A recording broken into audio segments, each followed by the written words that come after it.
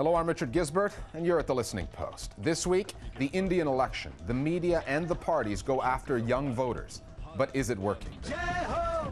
TV screens in Fiji go to black as the media protest government censorship.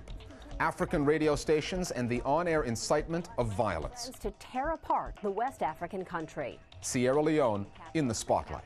And a web symphony, one beat at a time. We begin this week with the biggest democratic exercise in the world and the media's role in it. The voting has started in India's 4-week-long election process. There are more than 700 million eligible voters and 60 political parties on the ballot. And those parties are using every media platform at their disposal to persuade India's elusive youth vote to get involved. They're targeting more than 200 million young people. But here's the politician's dilemma. The two main parties are led by candidates who are more than 75 years old, so they're struggling to connect. The Listening Post's Meenakshi Ravi now from New Delhi on the parties, the TV channels, the papers, and the corporations trying to tap into the hearts, minds, and pocketbooks of Indian youth. Who will be the next Prime Minister of India?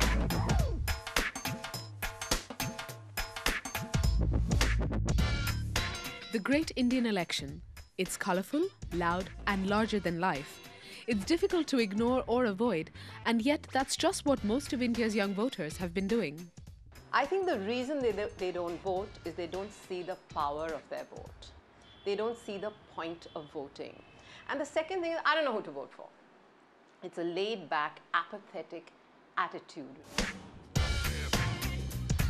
I myself am not voting just because I don't have a voter ID card. The politicians keep throwing brickbats at each other, and generally they bring the image of India down in everyone's eyes. I think for most people it's not the priority to vote. For them, it doesn't fit into their hip lifestyle.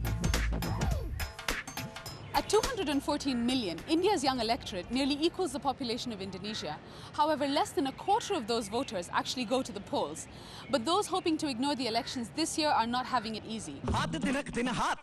They're under assault through Indian media. Political parties have gone on an ad blitz to sell their candidates to Indian voters. In a year where the emphasis is on the youth vote, the parties have a considerable challenge on their hands. The two main national parties, the Congress and the BJP, are fielding prime ministerial candidates who are well into their pension years.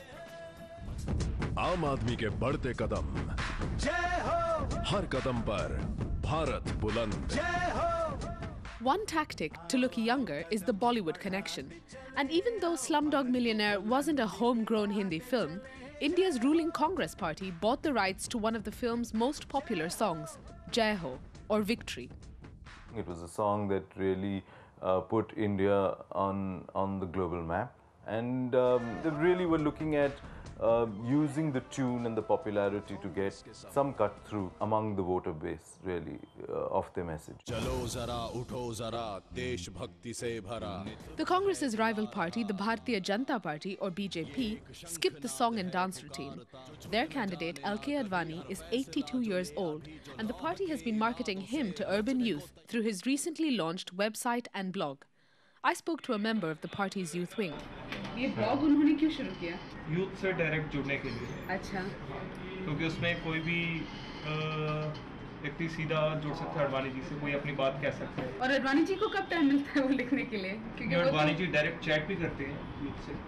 आपने देखा होगा पीछे उन्होंने direct chat की थी 3-4 घंटे का, जिसमें कम से कम नहीं तो 13-14 क्वेश्चन आए थे, जिसमें उन्होंने लगभग 150-200 क्वेश्चन का आंसर का जवाब भी दिया था। For the media, Campaign 09 has been an ideal chance to target youthful audiences. The Times of India is the country's largest-selling English newspaper. Through their Lead India campaign, the paper has reached out to young Indians and has asked them to blog, vlog, and most of all, vote. And then there are TV campaigns, such as the one run by entertainment channel UTV Bindaz. Their voting campaign is called Ungli Utha, or Raise Your Finger. In India, every voter's index finger is marked with indelible ink once they've placed their ballot. The campaign name is a play on that fact. Fronted by Bollywood actor John Abraham, the campaign has given the channel an opportunity to show some civic responsibility and to establish itself as a youth brand. I know. So It's a really cool, casual campaign, a super casual, cool approach to voting. We're trying very hard to push the message of making voting cool, making it important. When I change, India changes. So ungli utha, vote kar. Adding to the media bombardment is the Indian corporate sector. Arey boss, aap so kyun rahe? Hello ma'am. Hello. Aap so kyun rahi hai? Jago Re, or Wake Up, is a voter awareness campaign that has plastered itself all over Indian TV and the web. Jago Re's media campaign and outreach program is funded by India's largest tea brand, Tata Tea. Wake up time. Voter awareness is a cause that's hip with India's youth, and for Tata Tea, the campaign is a chance to get young India voting and drinking tea. अगर आप सोएंगे, तो ये देश कैसे जागेगा? Tata Tea. What we've been trying to do is we've been trying to talk their language. We've used the internet medium itself, for example, blogging to Facebook and Orkut communities, which have been used extensively to derive mileage, and also since these are the mediums that young people use often. From TV to the web to even music, Jago Re is putting itself on every media platform where the youth hang out.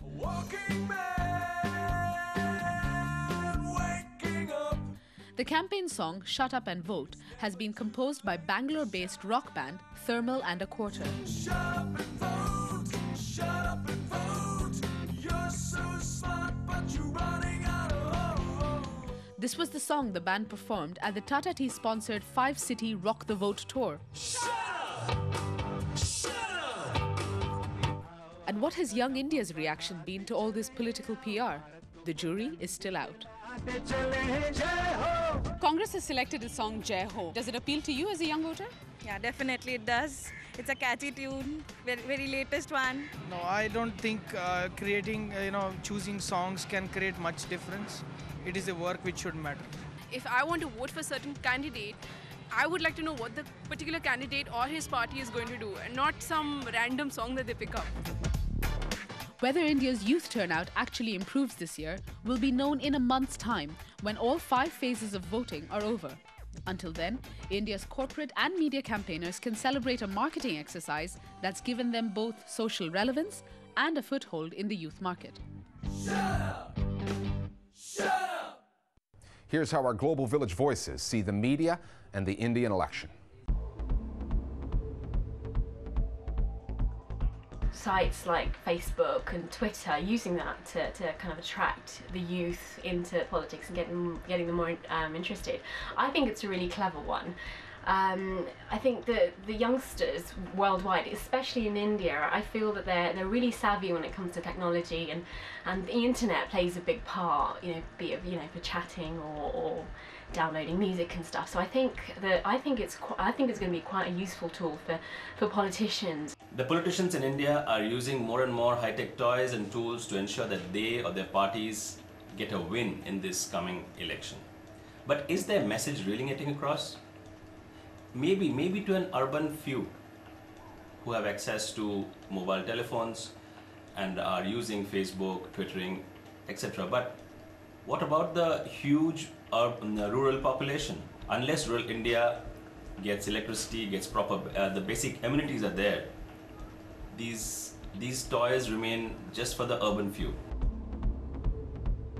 Anyone looking to be one of our Global Village voices can either do it the old-fashioned way by emailing us at listeningpost@aljazeera.net, or just go on Facebook and look for the Listening Post page. You can also follow us on Twitter. We will let you know via Facebook or Twitter what stories we're working on and how you can get with the program and contribute to the broadcast.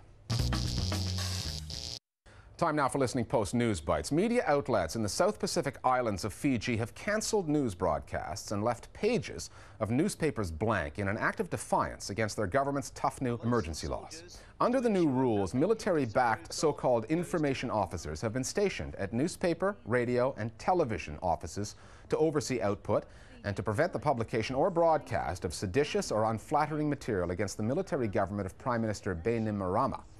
Fiji Television cancelled its main evening news broadcast to protest the restrictions. This is media censorship.